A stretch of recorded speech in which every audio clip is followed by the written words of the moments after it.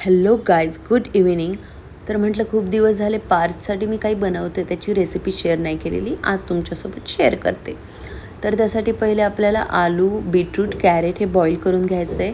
Then ते mash करून त्याच्यामध्ये होममेड सॅरेलॅक किंवा ते नसेल तर मखाना पावडर किंवा ओट्स पावडर ते तुम्ही टाकू शकता. देन जिरा पावडर टाकायची आहे, धना पावडर, आणि जर तुमचं बाळ 1 वर्षापेक्षा मोठं असेल किंवा 1 वर्षाचं असेल तर त्यात मीठ ॲड करा.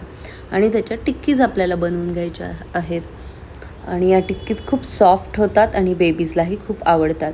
आणि तुमच्यासोबत एक टिप शेअर करते. जर आजकाल काय झालं आहे, पार्थ तर कधी खातच नाही जास्त, 2-2 दिवस असं होतं कधी की तो असं काही खातच नाही. तर मी ना त्याच्यासाठी असं वेगवेगळं ट्राय करते.